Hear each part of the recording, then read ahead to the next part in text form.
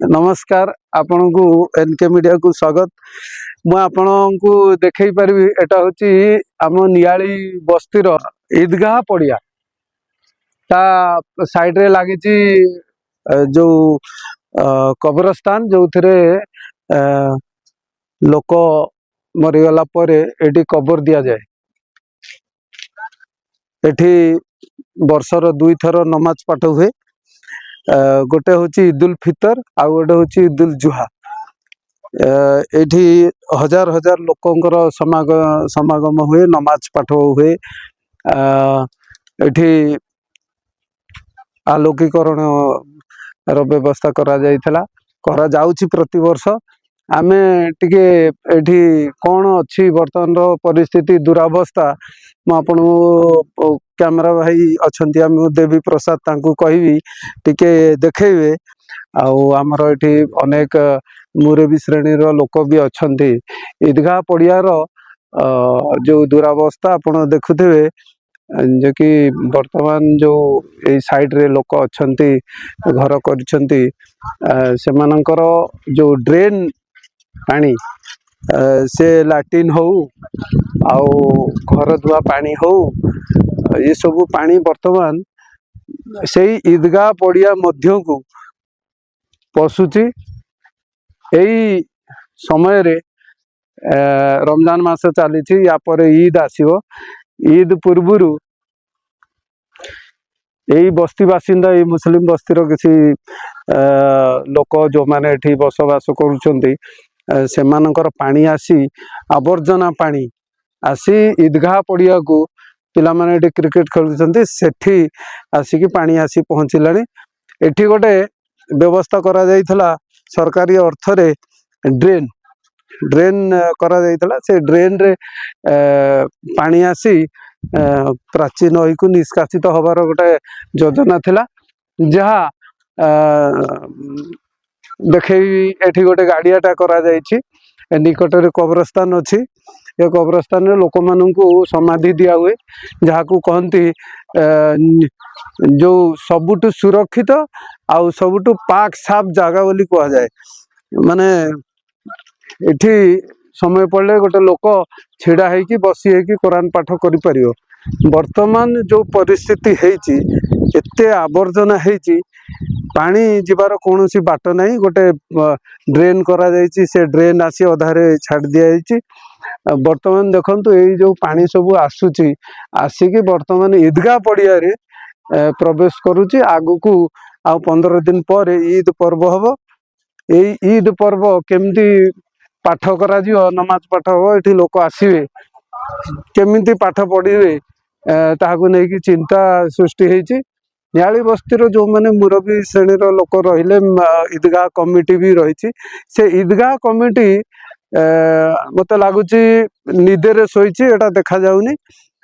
वर्तमान होची कोन आम ये बाट दे आरआई ऑफिस जाइथिलु। ए बाटरे देखिलु लोक मानकर जो घरर पानी सब व्यवहार योग्य नुह सब को गात करिकी सब ईदगाह पड़िया को छड़ा होची। तापाई किछि व्यवस्था नहीं।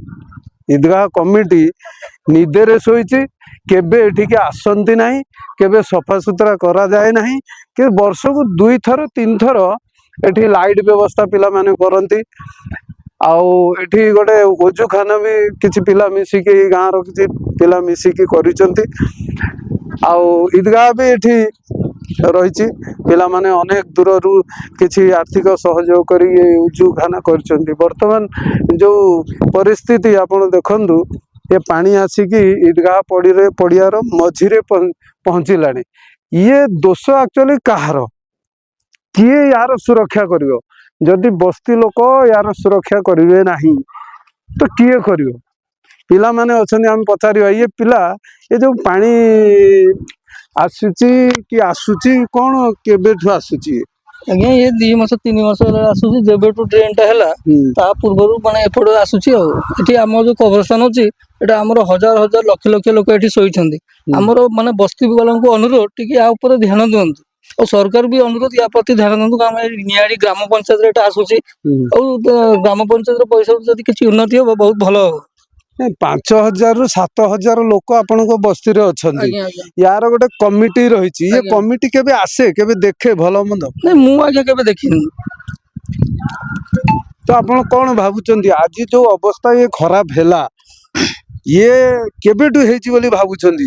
ଆଜ୍ଞା ଯେବେଠୁ ନୂଆ ଡ୍ରେନ୍ ଟା ସେଠି କାମ ହେଲା, ହୁଁ ସେଠି ଗୋଟେ ଗାତ ଖୋଳାଗଲା, ତାର ଆଉ ଆଗକୁ ନେଇଗଲେ କଣ ଅସୁବିଧା ହେଇଥାନ୍ତା? ହୁଁ ମାନେ ନିଜେ ଜାଣିଛନ୍ତି ଏଠି ଗୋଟେ ହଜାର ହଜାର ଲୋକ ଏଠି ଶୋଇଛନ୍ତି, ହୁଁ। ତାଙ୍କର ସମ୍ମାନ ପାଇଁ କଣ କରୁଛନ୍ତି ଲୋକମାନେ, ମୁରବୀ ମାନେ କଣ କରୁଛନ୍ତି? କାହିଁକି ନା ଏଠି ଯଦି ଆମେ ଜୀବିତ ହେଇକି ତାଙ୍କୁ ରକ୍ଷା କରିପାରୁନୁ, ମରିଲା ପରେ କଣ କରିବୁ ତାଙ୍କୁ? ତ ଆପଣ ଭାବୁଛନ୍ତି କି ଏଇ ଯେତେ ମୁରବୀ ମାନେ ଦାୟୀ ଅଛନ୍ତି, ଏ ଯୋଉ ପାଖରେ ଯୋଉ ଲୋକମାନେ ଏଠି ଘରର ଆବର୍ଜନା ପାଣି ଛାଡୁଛନ୍ତି, ସେମାନେ କଣ ଦାୟୀ ନୁହନ୍ତି? ସେ ଦାୟୀ ନିଶ୍ଚିନ୍ତ ଅଛନ୍ତି, ହେଲେ ସେମାନେ କଣ କରିବେ? ଏତେ ବଡ ଗାତକୁ ନେଇ କୋଉ ପଟେ ପାଣି ଛାଡିବେ ସେମାନେ? ଆଉ ସେମାନେ ବି କଣ ପାଣି ନେଇକି କଣ ଘର ଯୋଉ ଯାହା କାମ କରୁଛନ୍ତି ସେ କଣ ବୋହିକି ନେଇକି ପୋଖରୀରେ ଫୋପାଡ଼ିବେ? ଏଟା ଯାହା ବି ହେଲେ ବାହାରକୁ ଆସିବ, ଏଟା ସରକାରଙ୍କ ଦାୟିତ୍ୱ ନା। ଏଟା ନିଆଳି ଗ୍ରାମ ପଞ୍ଚାୟତ ଅଛି, ସରପଞ୍ଚଙ୍କୁ ଅନୁରୋଧ ଟିକେ ଏ କାମଟା ଯଥା ଶୀଘ୍ର କରନ୍ତୁ। ଏ ଯୋଉ ମୁରବୀ ମାନେ ରହିଲେ ଏଠି, କଣ ଏଇ ଯୋଉ ଗାଁ ଟା ରହିଛି ୟା ଦେହରେ କଣ ମୁରବୀ ନାହାନ୍ତି? ସିଏ କଣ ମୁସଲିମ ନୁହନ୍ତି କି? ସିଏ କଣ ଜାଣିନାହାନ୍ତି କି ঈଦଗାହ ପଡିଆକୁ ଆବର୍ଜନା କରାଯାଏ ନାହିଁ, ଏଠି କବରସ୍ଥାନକୁ ଆବର୍ଜନା କରାଯାଏନି? ସବୁ ଜାଣି ଶୁଣି ଏମାନେ ଆବର୍ଜନା କରୁଛନ୍ତି। ସରପଞ୍ଚ ରହିଲା, ସରପଞ୍ଚ ଆପଣଙ୍କୁ ଅଧା ପଇସା ଦେଲା, ସେଠି ଡ୍ରେନ୍ ହେଇକି ରହିଲା, ଠିକ ଅଛି। ପାଣି ବର୍ତ୍ତମାନ ଯୋଉ ହିସାବରେ ଚାଲିଛି, ଆଗାମୀ ଦିନରେ ଆପଣଙ୍କର 15 ଦିନ ପରେ ଇଦ୍ ପର୍ବ ରହିଛି, ଆଜ୍ଞା କଣ କେମିତି ଦେଖୁଛନ୍ତି? ଏଠି କେତେ ଲୋକ ଆସିବେ, କେମିତି ୟା ଦେହରେ ପଡିବେ, ଏମିତି ଗୁହ ପାଣିରେ କେମିତି ଚାଲିବେ? ଆଜ୍ଞା ଦେଖନ୍ତୁ, ଏ ନିଆଳି ବସ୍ତିରେ 5,000 ଲୋକ ଏଠି ଆସିବେ, ହୁଁ ଆଉ 5,000 ଲୋକ ଇଏ ଗୋଟେ ଆମର ପବିତ୍ର ରମଜାନ ମାସ ଅଛି, ପବିତ୍ର ରମଜାନ ମାସ ପରେ ଯୋଉ ଆମର ଇଦ୍ ହବ, ସେମାନେ ନିଜେ ଖୁସିରେ ଆସିବେ। ଯଦି ଏମିତି ଆବର୍ଜନା ଦେଖିବେ ତାଙ୍କୁ କେମିତି ଫିଲ୍ ହବ? ଆଉ ଆମ ଯୋଉ ଆପଣ ଯୋଉ କହିଲେ କି ଆମ ଗାଁରେ ବୁଦ୍ଧିଜୀବୀ ଅଛନ୍ତି, ହୁଁ ତାଙ୍କୁ ଆମେ କଣ କହିବୁ? ସେମାନେ ହଉଛନ୍ତି ଲେଜେଣ୍ଡ। ହୁଁ। ସେମାନେ ଯଦି ନିଜେ ସେ ଭାବୁନାହାନ୍ତି, ତ ଆମେ କଣ କହିବୁ ତା ବିଷୟରେ? ଏ ଯୋଉ ଲୋକମାନେ ଏଠି ରହିଲେ, ଆପଣ କହୁଛନ୍ତି ଏଠି ଗୋଟେ ନିଆଳି ପଞ୍ଚାୟତର ଲୋକମାନେ ଏଠି ରହିଛନ୍ତି, ଆଜ୍ଞା ନିଆଳି ପଞ୍ଚାୟତର ଲୋକ କଣ ଠିକା ନେଇଛନ୍ତି କି ଏଇ ପାଣି ସବୁ ଏଇଠି ମାନେ ଏମାନେ ବି ମୁସଲିମ, ଏମାନେ ବି ଆଜ୍ଞା ବୁଝନ୍ତି, ଆଜ୍ଞା ଆଜ୍ଞା କିନ୍ତୁ ବର୍ତ୍ତମାନ ଯୋଉ ପରିସ୍ଥିତି ସୃଷ୍ଟି ହେଇଛି ଏଠି, କେମିତି ଦେଖୁଛନ୍ତି? କଣ ପରିସ୍ଥିତି? ନାଇଁ, ଏଟାକୁ ମୁଁ ପୁରା ନିଆଳି ବସ୍ତି ବାସିନ୍ଦାକୁ ଏବଂ ମୁରବୀ ମାନଙ୍କୁ ଅନୁରୋଧ କରୁଛି, ସେମାନେ ୟା ପ୍ରତି ଟିକେ ଧ୍ୟାନ ଦିଅନ୍ତୁ। କାହିଁକିନା ଖାଲି ନିଆଳି ପଞ୍ଚାୟତ ଅଛି, ନେଇ ପଞ୍ଚାୟତ ଏଟାକୁ ଇଏ କରିବ। ଆମର ଗୋଟେ ଏଠି ଆମ ପୂର୍ବ ପୁରୁଷ ମାନେ ଶୋଇଛନ୍ତି, ମୁସଲିମ ମାନେ ଶୋଇଛନ୍ତି, ତାଙ୍କର ଟିକେ ରକ୍ଷା କରନ୍ତୁ। ଯଦି ଆମେ ଜୀବିତ ହେଇକି ରକ୍ଷା କରିପାରୁନୁ, ଆଉ ଆଗକୁ କଣ କରିବ?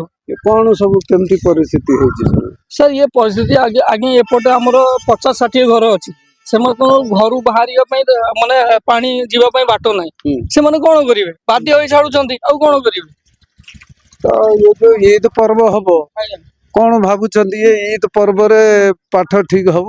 ନା, ଏ ଟୋଟାଲ ଠିକ ହବନି। କାହିଁକି ନା ପବିତ୍ର ରମଜାନ ମାସରେ ତାପରେ ଯଦି ପରଦିନ ଆମେ ଯିବୁ ଏପଟେ ରାସ୍ତାରେ ଚାଲିକି, ଯଦି ଆପଣ ନିଜେ ଜାଣିପାରୁଥିବେ କେତେ ବଡ ସ୍ମେଲ ଆସୁଛି।